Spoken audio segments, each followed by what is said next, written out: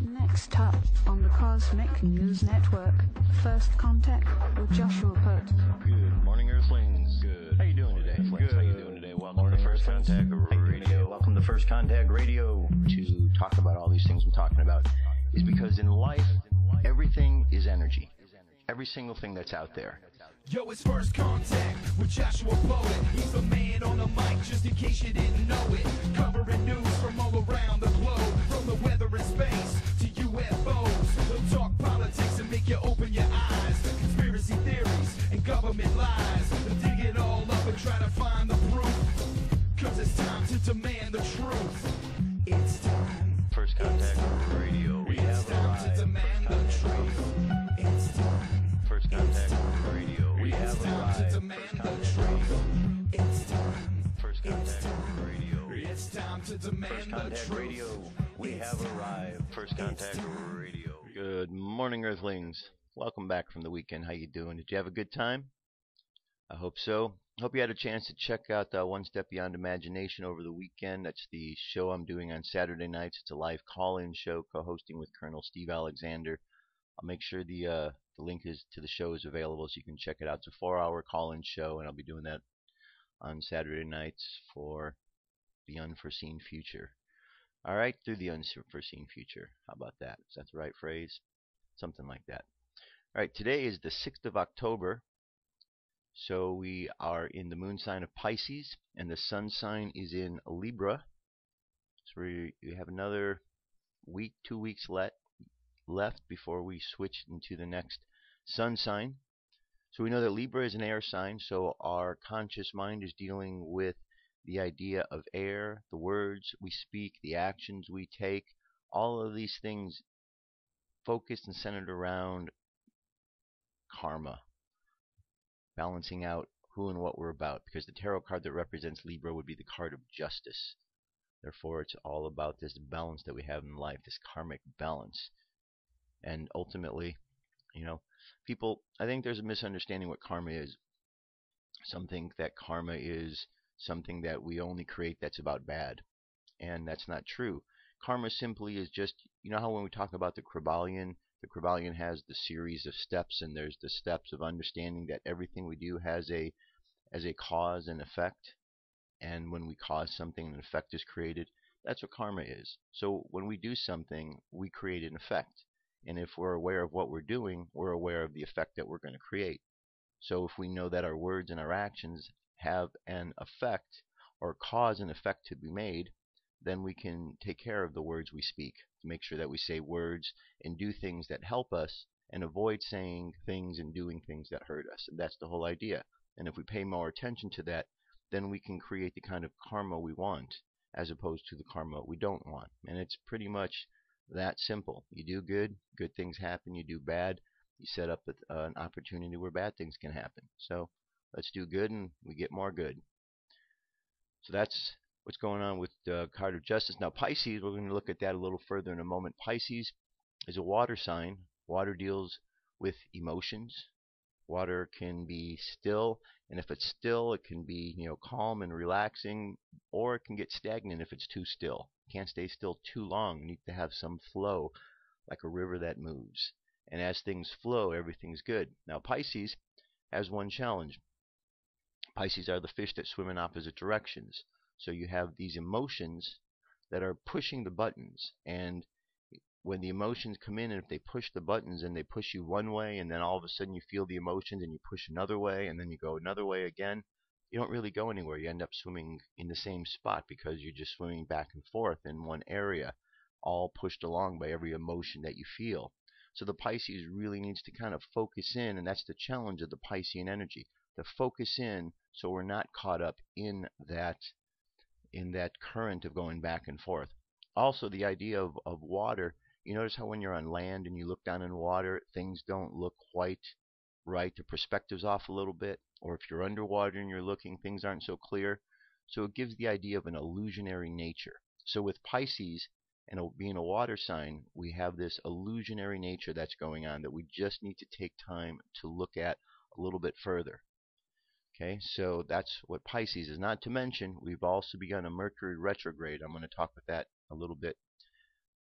So we've got a lot going on here, which gives us reason why we really need to pay attention. Now, we had a aspect 5:35 a.m., so just a couple of hours ago, was a lesson going on between Pisces and Mars. Mars is that energy that we have, that intense, creative, or passionate energy, which, if not channeled properly, can be warlike, angry. So we want to make sure we channel that properly, and so that with this lesson here up against Pisces, says the emotions are dealing with all of this energy, and it has to come to a lesson on how to really satisfy and how to express those properly. This afternoon we have Saturn right here in a trine with Pisces. So trine is good positive energy between the two. Saturn's discipline. So there's some discipline coming to us, positive discipline, in learning how to walk that path, how to focus our energy. All good things. All right. So we move along. Our numerology for today is a number 5. Here's how we arrive at 5. 1 plus 0 plus 6 plus 2 plus 0 plus 1 plus 4. All those together add up to 14. And then 1 plus 4 equals 5. And then the 5 is today. Now all of this again is just based upon the Gregorian calendar, because we've all, whether we accept it or not, we've all agreed that this Gregorian calendar is a time that we're all looking at. So we've created this time construct around us based upon this calendar. And so based upon this, the number 5 is the numerology. However, numerology can be done for your name, it can be done for your birth date, it can be done for lots of things to look and get a deeper understanding of what that's all about. So as far as the numerology and the number 5 for today goes, that would be related to Taurus, to the Hierophant. So it's a lesson that's coming to us, teaching us that we need to listen to the inner teacher. Follow our intuition is our inner teacher. 5s are energetic, adventurous, daring, freedom-loving. They also tend to be versatile, flexible, adaptable, but on the flip side, unstable, chaotic, self-indulgent. On the tree of life, 5s are right here in this sphere, the sphere of severity, which is leaning to the left side of the tree. We need to get back to the middle. We don't want to get stuck in there. That's why it is in that area of uncertainty. It's uncertainty of how we're going to use our energy. It's also the Mars energy that we're dealing with. And so the lesson of severity has got to get back to the heart. Got to take this path right here of Libra, going back to the heart, so it all connects in here. Our sun sign is right here, and the moon sign for today, which is Pisces, is right down here. And let's take a look at Pisces a bit further. Pisces is related in the tarot card to the card of the moon. Okay, it's called the corporeal intelligence. It means body consciousness and is indicative of the illumination that is dependent upon bodily states. Until the bodily organs are evolved and to the extent that the higher forms of consciousness can manifest through them, it is impossible to experience such conscious states. Sleep is also attributed to this key, and it is during sleep that our aspirations and our efforts are built into organic structure. Every thought we think and every action has some modifying influence on our bodily structure. It is said that the way of attainment is the way of return. This is symbolized by the moon, which is reflected the rays of the sun back to the sun. The crawfish represents instinctive energy. The wolf and the dog represent the same energy, but in higher form as a result of evolutionary modification. Also, the wolf is a symbol of nature and the dog of art because he's a product of human adaptation. The path passes between these two extremes because the way of balance goes neither too far towards artificiality nor allows anything to be influenced by ungoverned natural impulses. And then the path leads through the well-tilled field to the unknown heights between the two towers, representing present human attainments, the ground of auditory representing alternate periods of rest and action. The stage of unfoldment is organization. So basically, we got these two towers here. You go between the towers and you hit the unknown. We can kind of look at this in one way. Some of the circumstances of life, think of the World Trade Center, the two towers. Once we got past that point of what happened there, we kind of hit the unknown because we were in territory of experiencing things we hadn't experienced in this country before. We experience things when we cross these boundaries in our mind between the towers of what we know into the unknown. And so that's where we need to have faith. One of the lessons with the moon is faith. As we look up at the moonlight, it shines and reflects to us that the sun is still present, and therefore we still have the faith that as we keep walking, that sunlight will become brighter and begin to illuminate our path completely. Current moon phase is just about up to a full moon, which will be the next couple days between the 7th and the 8th. And not only is it a full moon that's coming up, but it's a blood moon. So tomorrow I'm going to talk about that a bit, because it's one of those tetrads coming up, blood moon tetrad. Now, if we look at the sky for today, it says as twilight fades, look for Arcturus, the spring star twinkling in the west to the west-northwest. It's still pretty easy to see, but how much later into the fall as it sinks away will you be able to keep it in view?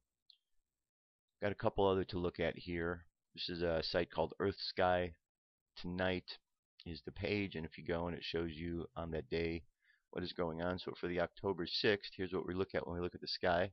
We got Uranus and Neptune, and right in between them is the moon. It says don't expect to see the planets Uranus and Neptune in the glare of the waxing gibbous moon, but you can use the moon by the night of October 6th to get a ballpark idea of where these two distant planets reside in front of the backdrop stars. So note their whereabouts and look for them. Okay? So as it says, the sun is going to be the moon is pretty bright not to see these, but if you're aware of where they are, and a little bit more, you can get a perspective. Got our Pisces here, Aquarius here. So our moon is making this pass into the Pisces area here. And there's a lot here to look at, so check that out further if you want. And then here's another one. This is an interesting map if you want to look at. I've got it set for Los Angeles.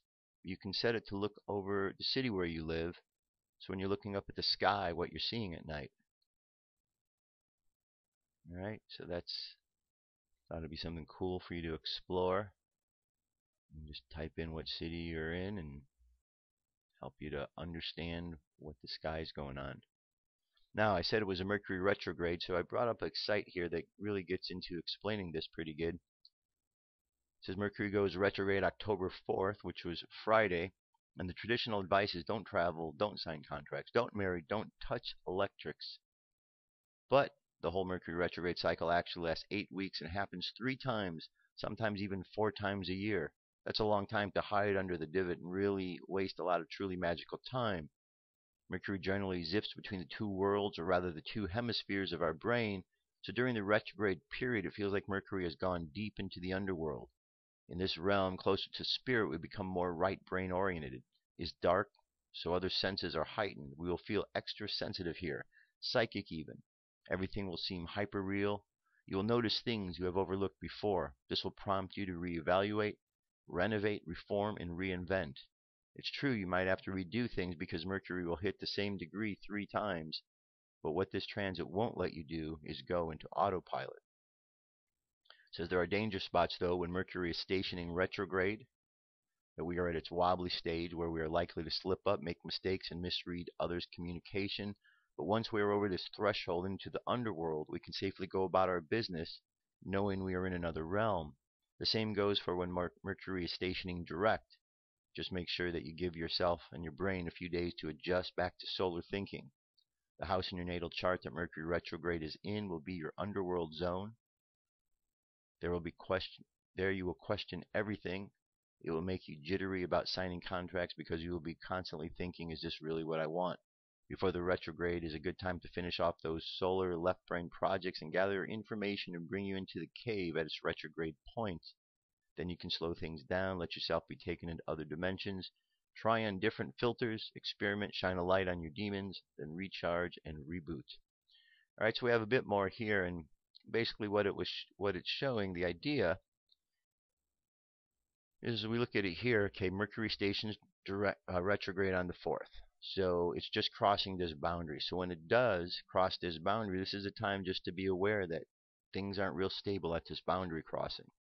And so we want to make sure that we really pay attention to the Mercury retrograde rules. And then as it gets down here on the 25th, when it goes back direct, again, it's crossing over from one boundary to the next.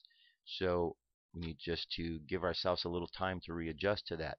As we get into the middle period, it's a little bit more stable here.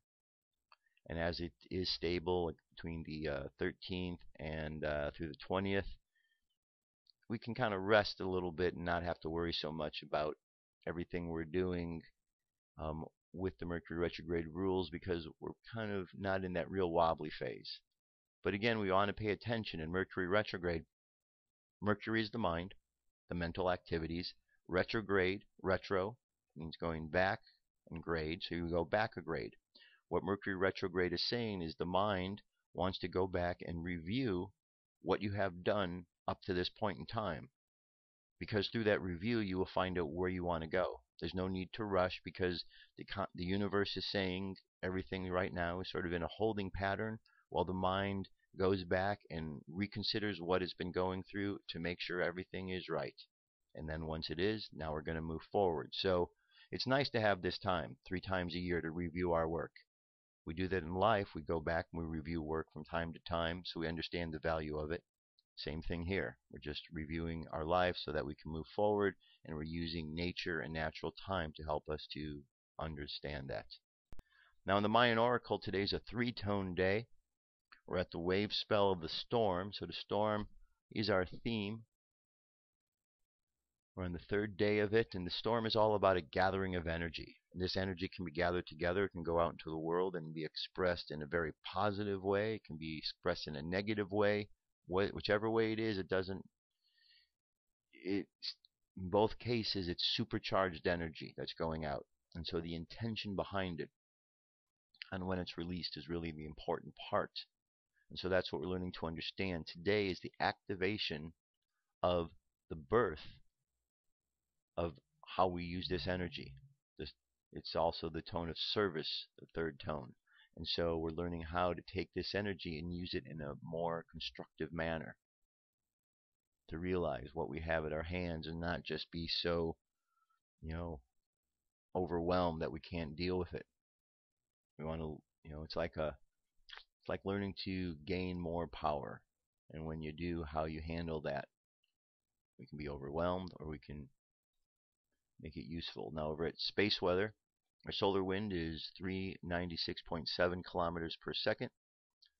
Planetary K-index is in the quiet range between a 1 and a 3. Alright, no coronal holes facing our direction.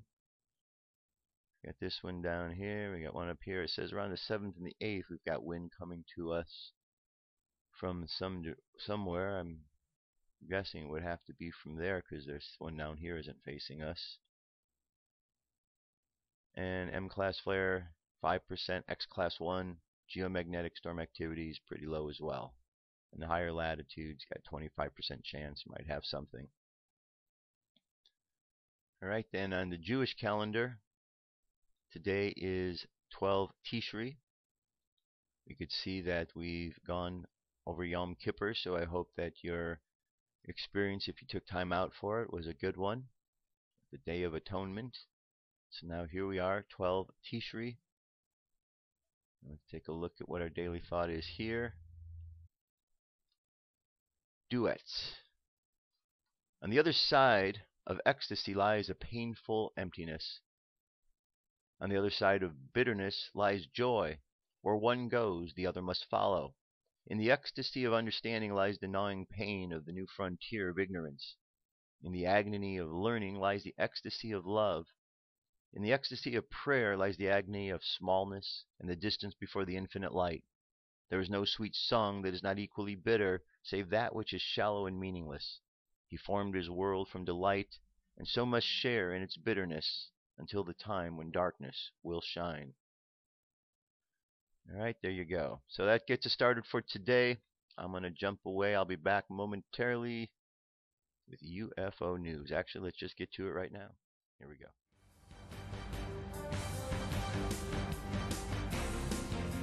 This is the UFO News with Joshua Poet. All right, that's Dirk Bradshaw right there. A lot of good sightings today. Always a bunch more when we come back. The first one, this takes us to Australia, Westall, Australia. We got a little orb-like object in the sky, it looks like.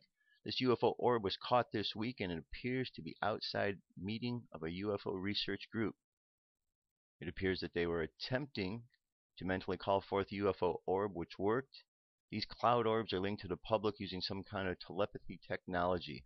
Although the video only catches the UFO in its place, it is a real video and shows us that we can call them to us if we project our thoughts. Alright, and the video itself is 1 minute and 50 seconds in length. And you should see that object momentarily here. Just move ahead. Alright, let's see here. Yeah, right up there. You really need to enlarge the screen to see it much better.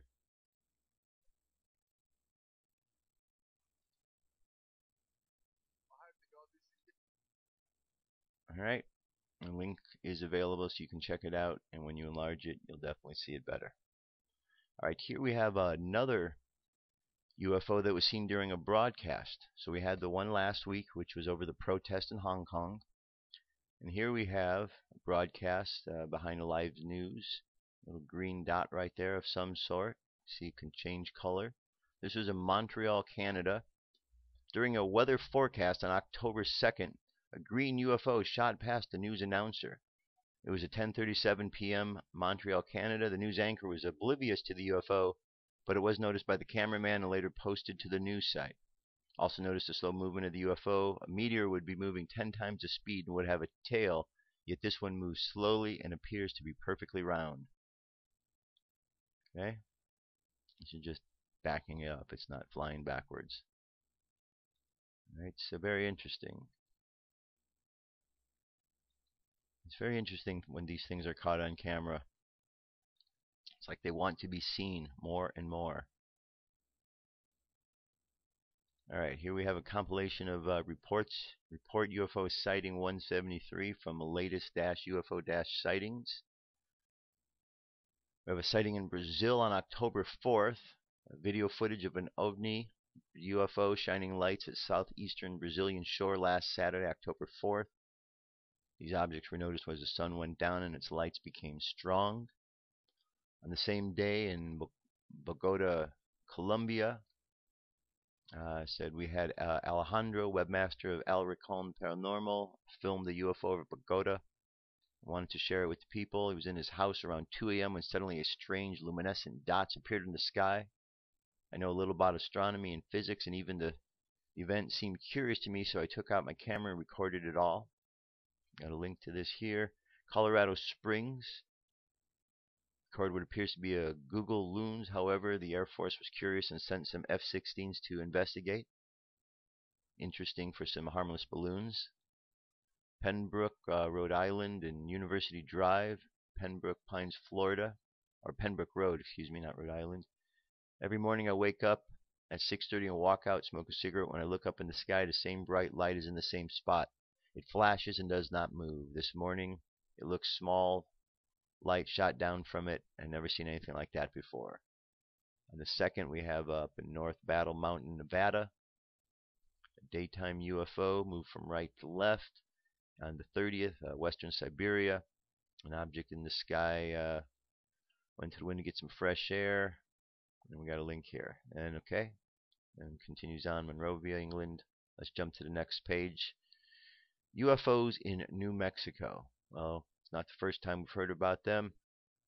This is a little bit of a story about Norio Hayakawa. And you may recall that Norio has been on this show before as a guest. Norio has been investigating UFOs for decades. He specializes in the home state of New Mexico, especially regarding the alleged secret base in Dulce and cattle mutilations in that area. Norio also has spent time researching Area 51. In 1990, Norio created the Civilian Intelligence Network, which calls the Citizen Oversight Committee on Government Accountability, a grassroots watchdog group established to help ensure liberty, justice, and freedom for all. Norio will speak about his research in an upcoming conference he organized in the Albuquerque area. And we got a little video just to kind of talk about Norio. Links available. Here we have over Canada. This was a daytime sighting that took place. 3-minute 57-second video. Exclusive new video to YouTube on October 4th reveals the performance of a daylight flying saucer recorded in the high multi-sensor as it passes over a UFO corridor near Vancouver City Hall. Let's jump over here where we can see. There we go. Interesting. Very, very interesting. Definitely a good shot. And this one is quite maneuverable. Looks like it has something moving around it this way too, doesn't it? And you could see there looks like there's a force field around it as well. Okay, cool. Alright, now we're going to go over to Germany.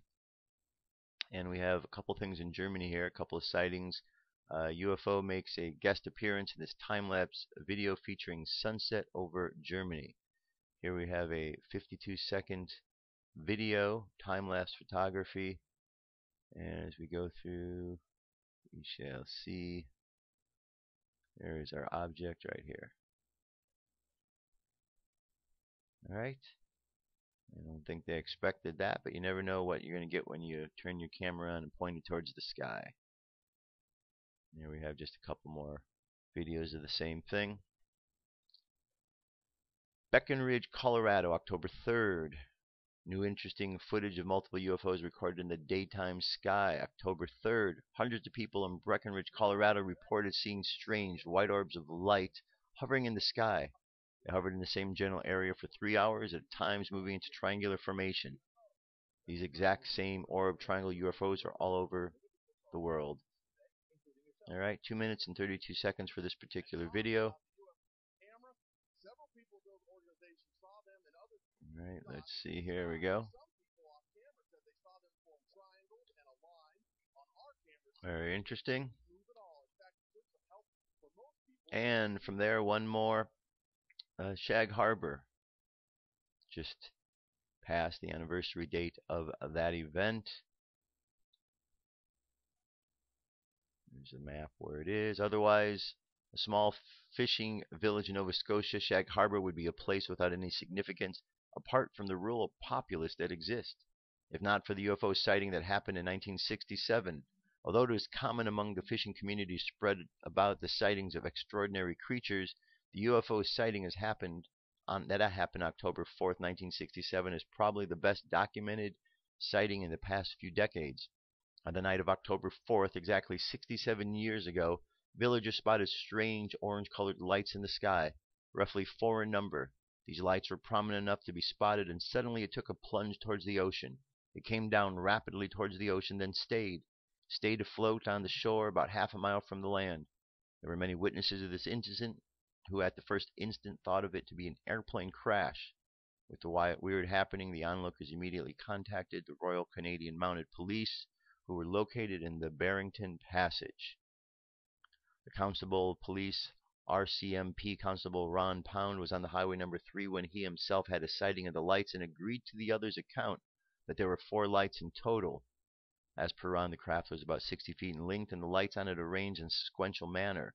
He quickly approached towards the shore to have a better look of the craft, along with a few other policemen and civilians. There was a yellowish light moving on the surface of the water as it advanced, and a yellowish foam was left on the trail. However, they could not get a clear visual as the light either moved away or dived into the waters. Alright, so there you go. And that is our UFO news for today. Lots of good sightings. They're everywhere. They keep showing up, and they're not attacking. They're not attacking despite the movies and the stories and the concerns and the warnings. They're not attacking. So we need to know that there are those out there that mean us well. You know, I don't think that we should be naive and just accept that every being up there is out for our best intentions. But we certainly can see that there are those who are out there for us that aren't interested in attacking, because they would have. If they wanted to destroy us, we'd be gone a long time. But here we are. If someone had the ability to travel back in time, they could just go back in time and completely wipe us out, but they haven't. So there's a purpose to all of this. And the purpose is not to destroy them or shoot at them. The purpose is to understand and learn, because there's something in our future for us to learn from. All right, there you go. That's our UFO news. I'll be right back. Come into our circle, Great Spirit. Fill our souls with peace.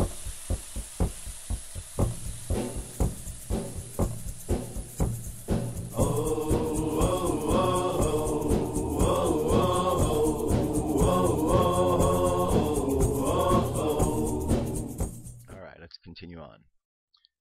So before we get into the continued study of Kabbalah, I want to bring up a site here. This was sent to us from one of our viewers with the events in the world that are taking place, and we have this blood moon coming up this week. We have 2 more next year. We have lots of events in the world that seem to be connecting and related to, like, the book of Revelation.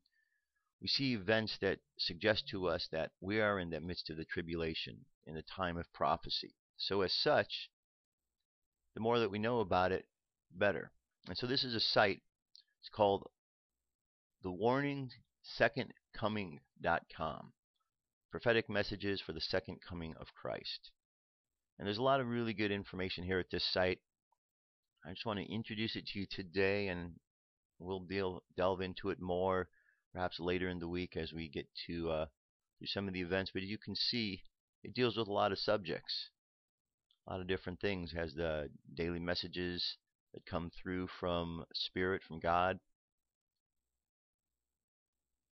We have prayer areas, information about some of the false teachers that have been around, politics, what's going on with religion. A lot of good information here, okay?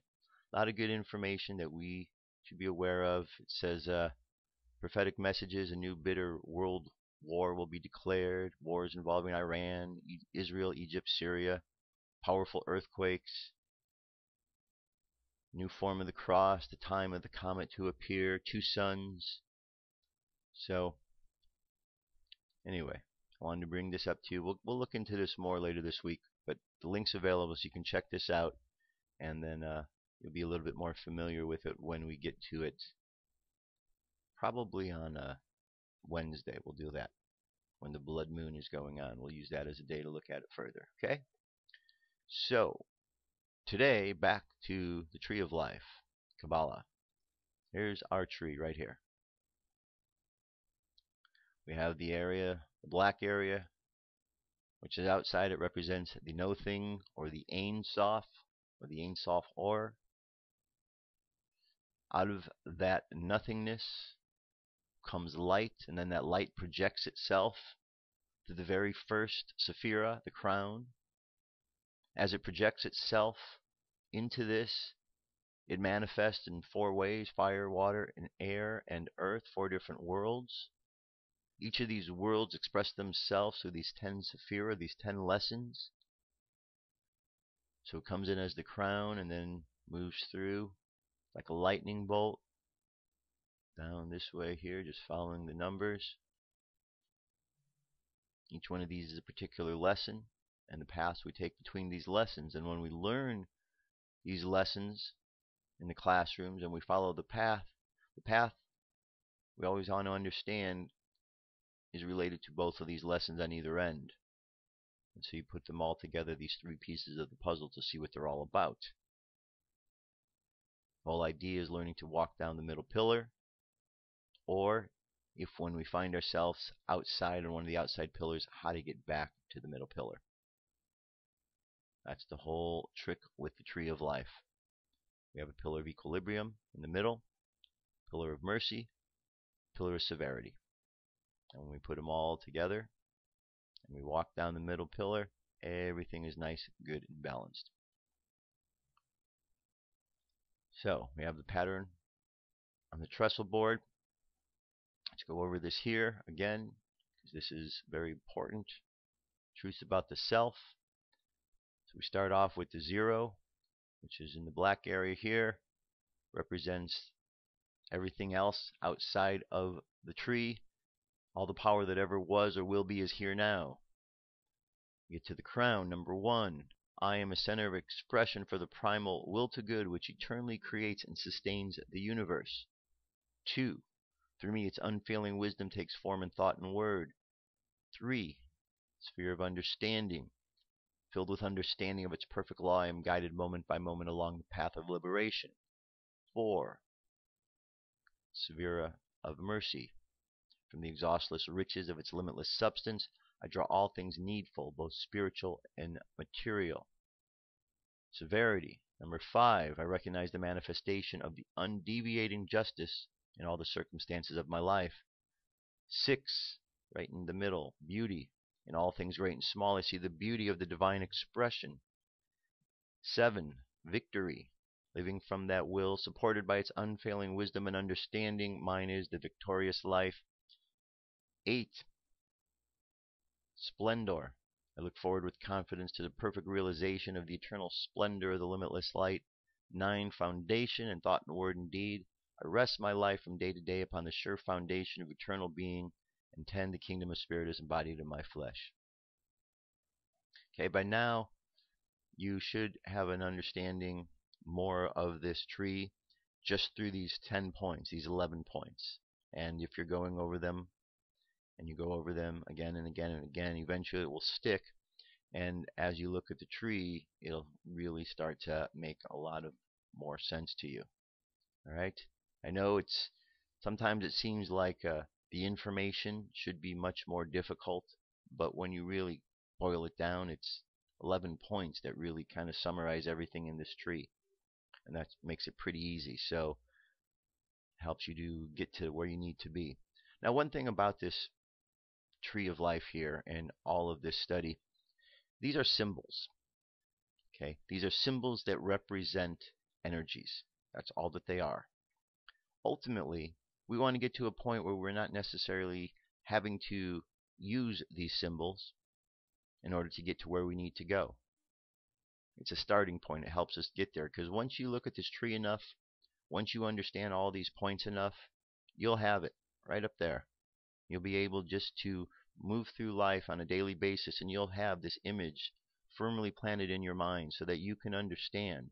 You won't have to go look at pictures. You won't have to go read in the books. You'll have that understanding of where to go, and as you continue to work with it and meditate on it more, it will really become even more clear. So that's the whole idea of where we're looking to get to this place of really understanding, because we go inside to find, and that's where really all the answers are. And that's where all this wisdom comes from. It didn't come from outside, it comes from inside, and then was expressed in a book on the outside we read so that we can learn how to go to the inside.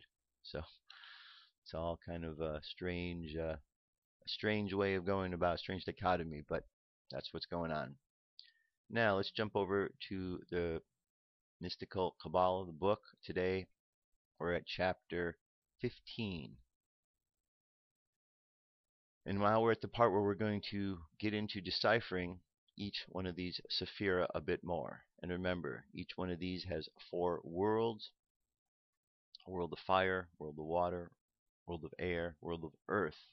Each one of them has a different representation, so let's look at what these are. The title of the first one is called Kether, the crown. And it's spelled out here, Kaf Ta Resh. So you can put these together with these 3 letters here. Helps you to understand a little bit more. Okay. Now, magical image. Ancient king seated in profile. That's the image we get. We've all heard of this image. The Esoteric text is the first path is called the admirable or the hidden intelligence, because it is the light giving the power of comprehension, the first principle which hath no beginning, and is the primal glory, because no created being can attain to its essence. It's called the existence of existence, the concealed of concealed, the ancient of ancients, the ancient of days, the primordial point, the point within the circle, the most high, the vast continents, the white head, The head which is not Macropopos, Amen, Lux Occulta, Lux Interna, and He. This was the god Ahea, or the god name Ahea, Archangel Metatron, Order of the Angels, Kaio Kai Kadesh. It represents the first swirlings of the chakra. The mundane chakra is Rashis Ha and Gilahim. Primium Mobile, first swirlings. So this energy as it getting ready to flow into that crown chakra. And spiritual experiences, union with God. Deals with the attainment, completion of the great work. The correspondence in the microcosm is the cranium. It's represented as the 1,000-petaled lotus. It's called the crown. It's also represented by the swastika. Not the kind that Hitler had, because he perverted that energy. So before Hitler got to it, it's just a symbol that represents energy moving. And then within it, we've got the 4 cards, 4 aces. And then you got the roots of the power of fire, the root of the power of water, the root of the power of air, and the root of the power of earth. And then the colors would be brilliance in Attila, in Bria, the second world, brilliance, Yetzirah, the third world, white brilliance, and white fleckled gold down in the physical world. And it goes on to say, Kether the crown is placed at the head of the middle pillar of equilibrium, and from it depends backwards the negative veils of existence. And I've already written concerning the use of these negative veils as a background to thought, so I will not repeat myself upon this point, but remind the reader that Kether, the first manifest, represents the primal crystallization into manifestation of that which was hitherto unmanifest and therefore unknowable by us. Concerning the root from which Kether springs, we can know nothing, but concerning Kether itself we know something. It may be for us at our stage of development, the great unknown, but it is not the great unknowable. The mind of the Magnus must compass it in all of its higher visions.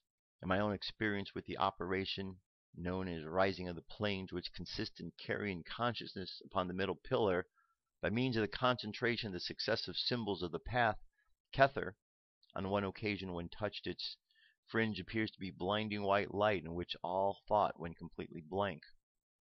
In Kether there is no form, only pure being. Whether that may be, it is, one might say, a latency, only 1 degree removed from non-existence.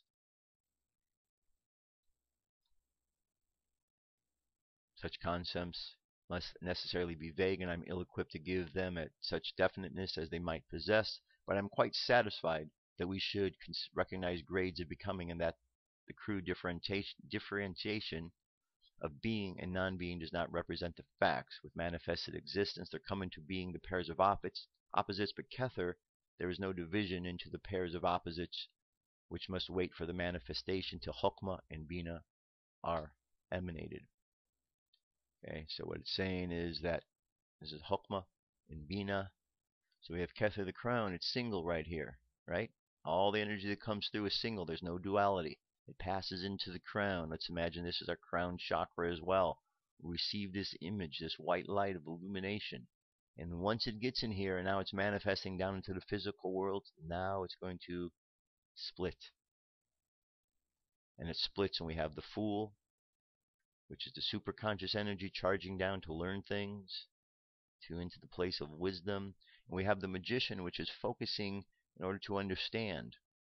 And we bridge that together with the Empress, which is our imagination. So these first 3 things here all come into play the moment the crown is activated. The energy comes down, and instantly we have this. We also have the middle pillar, which is opened up. But in order to get to that middle pillar, we have to go through this doorway. And the doorway has this card, the Empress, has the Hebrew letter Daleth, which means door. So we pass through that door. Alright, Kether is the one and existed before there was any reflection of itself to serve for an image of the consciousness and to set up the polarity. We must believe that it has transcended all the laws of manifestation by existing alone without reaction. But when we speak of Kether, it must be remembered that we do not mean a person, but a state of existence, and the state of existing substance must have been utterly inert, pure being without activity until the activity became an emanated hokmah. The human mind, knowing no other mode of existence other than that of form and activity, has the greatest difficulty in obtaining any adequate concept of the entirely formless state of passivity, which is nevertheless most difficult, not being. Yet this effort must be made if we are to understand cosmic philosophy and its fundamentals. We must not draw the veils of negative existence in front of Kether, or we shall condemn ourselves to perpetual unresolved duality. God and the devil will forever war out in the cosmos, and there can be no finality in their conflict. We must train the mind to conceive the state of pure being without attributes or activities. We may think of it as the blinding white light, undifferentiated into rays by prisms of form, or we may think of it as the darkness of interstellar space, which is nothing, yet contains the potentialities of all things. These symbols, dwelt upon by the inner eye, are of greater aid to the understanding of Kether than any amount of exact philosophical definitions. We cannot divine Kether, we can only indicate it. It is a continual surprise and illumination to discover the extraordinary significance of the hints contained in the tables of correspondence and the names in which they read the minds from one concept to the concept when pondered upon. The first sphere is called the crown, be it noted, not the head. Now the crown is something superimposed upon the head, and this gives us the clear idea that Kether is of our cosmos, but not in it. We find its macrocosmic correspondence in the thousand-loaded petal, the samsara chakra, which is the aura immediately above the head. This, I think, teaches us clearly the innermost spiritual essence of anything, whether man or the world, is never an actual manifestation, but is always the underlying, behind standing basis or root whence all springs, belonging in fact to different dimensions, in different order of being. It is the concept of these different types of existence which, fundamental to esoteric philosophy, must be borne in mind when considering the invisible kingdoms of the magician or the operative occultist. Alright, now there's a lot more here to Kether, so we're going to leave this for right now, because if we're going to really understand this tree, this is the key. This is the key point, because this is where everything comes in. Prior to this, we have the negative veils of existence, the Ein Sof, the Ein Sof Or, darkness or nothingness, which is limitless, which becomes the limitless light, and then it comes into here as all things, complete unity, but then begins the division. So when we understand that, and we understand how things manifest into this world through this principle, we get a great understanding. So meditate on this.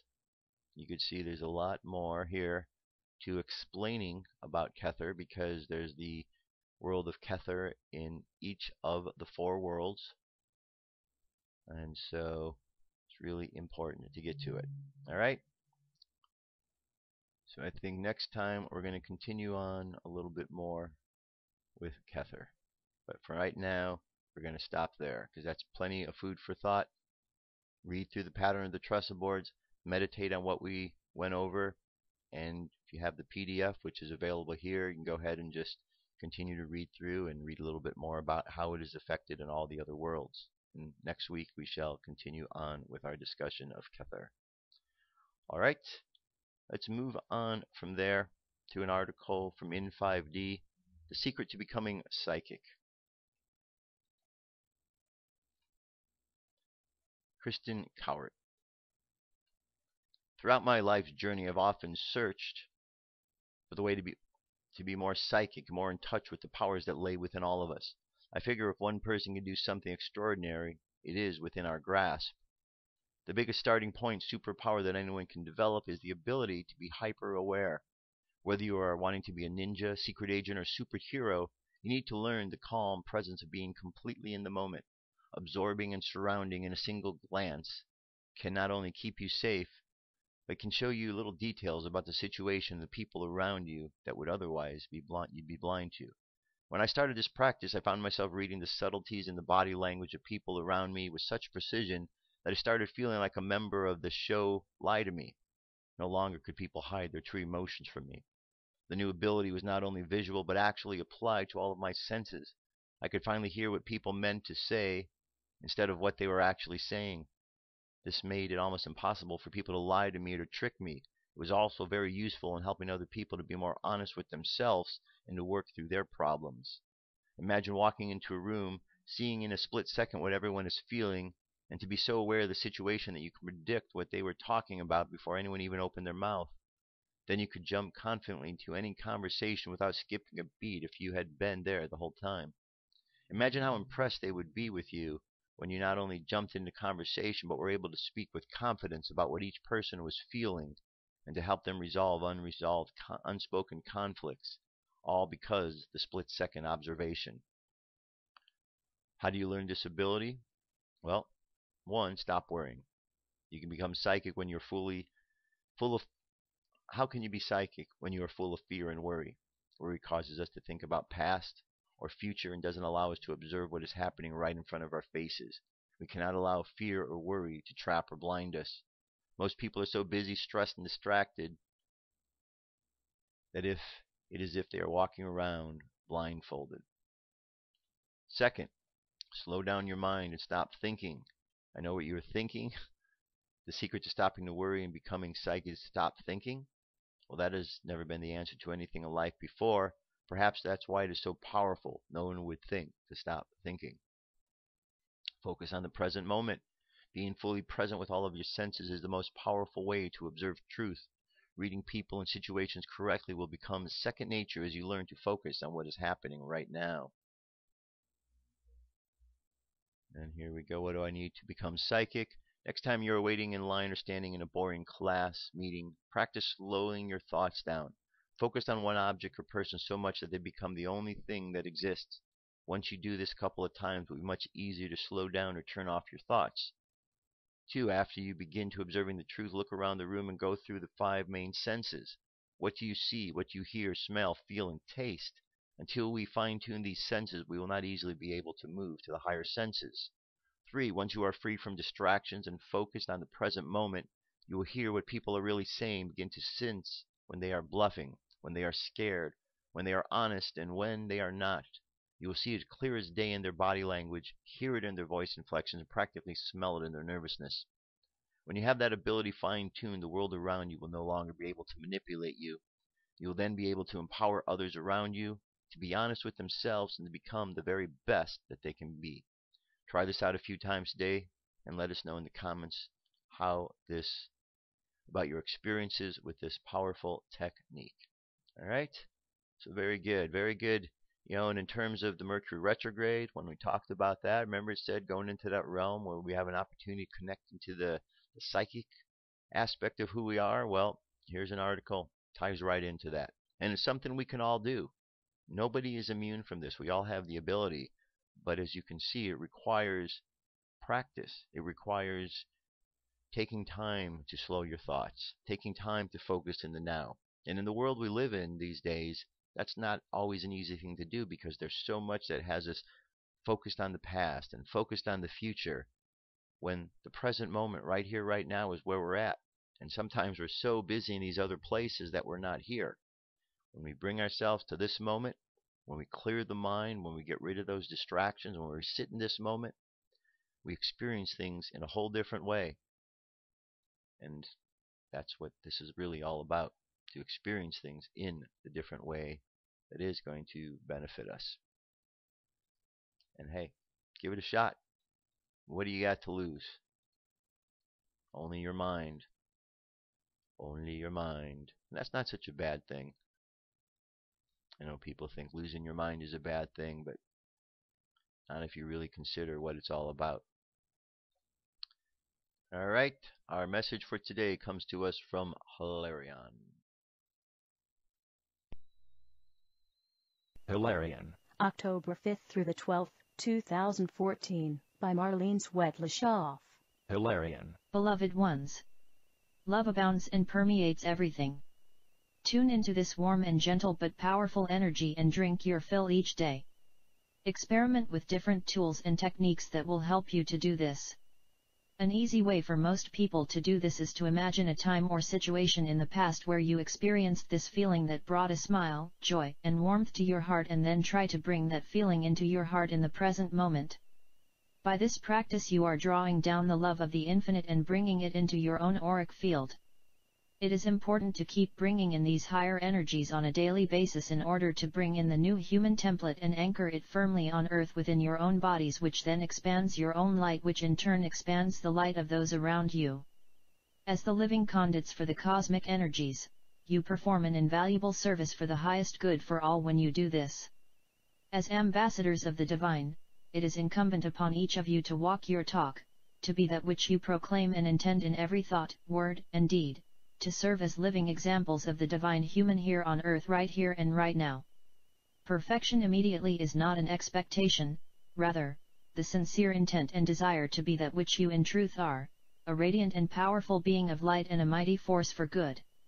You are each much too hard on yourselves in your expectations of achieving perfection or your perception of that which is perfection.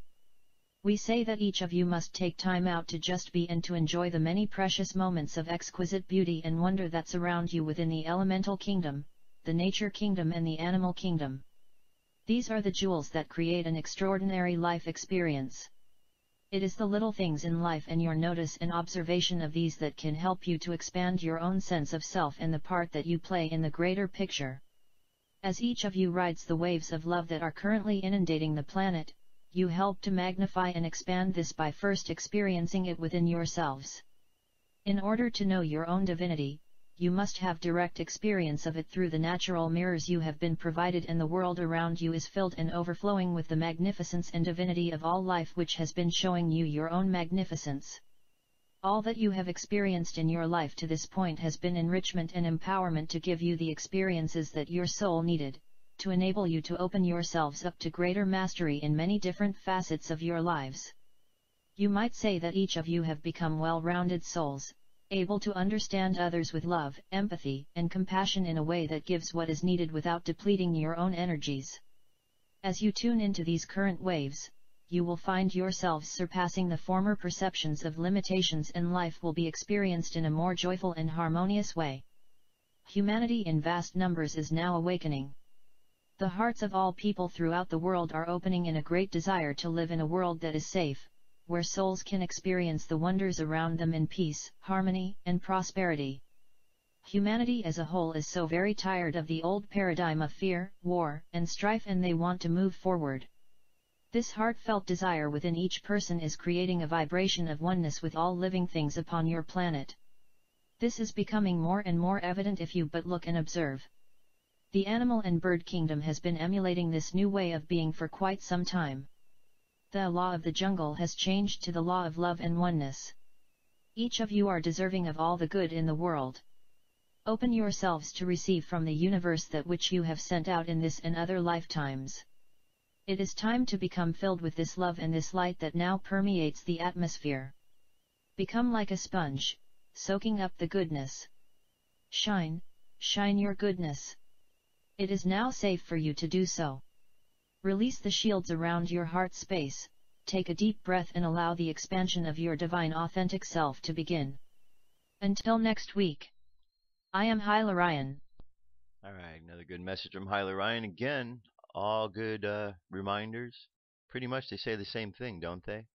Going forward, we're making some positive changes. We need just to pay attention. Alright, it's time for our meditation. Close your eyes. Take a deep breath. And exhale. Take another deep breath. Exhale. Another deep breath. And with each breath, breathe and pull that breath deeper into your body. And feel it going into each one of your cells. Exhale. And as you exhale, just imagine letting go of all the things that are creating tension in your body. Breathe in again. And exhale out. Letting go of all those tensions and just feeling relaxed. Feel the energy moving down from the crown chakra, down through your body, down from the crown chakra. Imagine the color white coming down into the head, and then it comes violet and it hits the crown chakra and it moves down. So between the two eyes, indigo is the color of the chakra, and it moves down further yet to the throat center where it becomes blue. And from the blue heart chakra, it moves down further yet to the heart and color green. And from the green heart chakra down just below the rib cage to the yellow chakra of the solar plexus. And from the solar plexus down further yet to the belly button, where the color of the chakra is orange. And finally down to the base chakra, the root chakra, color is red, and it connects into the earth. And there you are, connected to the earth and to the cosmos, to the above and the below. And you feel the energy of life coursing through your body. As it flows through, imagine all of this multicolored light expanding outward as your aura, and it expands outward like an egg around your body, providing protection. When this light and this love goes out even further, extends out into your room, and out further yet into your neighborhood, to your city, the state, the country, and around the world, across the ocean to the other countries.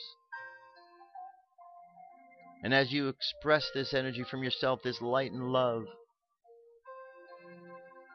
you also feel the energy of light and love being sent to you from others who are doing that exact same thing.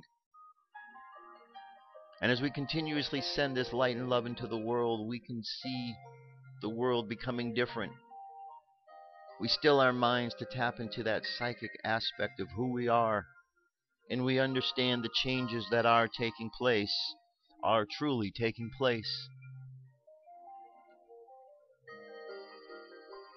Now let's just imagine sending love out into the world today, and imagine that love changing all things for the better. Let's just think of the affirmation, I forgive myself for all of the mistakes I have made, and let go of all of that baggage, and use today as a day to move forward, as a new beginning, a fresh start. So let your subconscious mind continue on the journey, spreading love and light out into the world. And let's bring our conscious mind back to the present moment on the count of 3. 3, coming back to the present moment filled with confidence. 2, coming back to the present moment filled with faith. And 1, coming back to the present moment happy, healthy, and whole. Happy, healthy, and whole.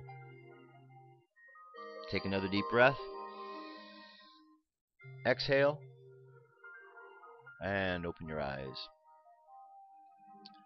That is it, my friends. That is our show for today. Thank you very much. I'll be back tomorrow. We'll continue on with the Book of Enoch. And then Wednesday we'll be talking about the blood moons. Actually, we'll get into the blood moon tomorrow, since it's going to be happening between tomorrow and Wednesday. So stay tuned for that. Until then, go out, have a great day today. Just keep sending light and love into the world, thinking positive thoughts, and then positive will come back to you. It works that simple. I love you. Keep loving each other, and I'll talk to you tomorrow. Peace. I'm out of here.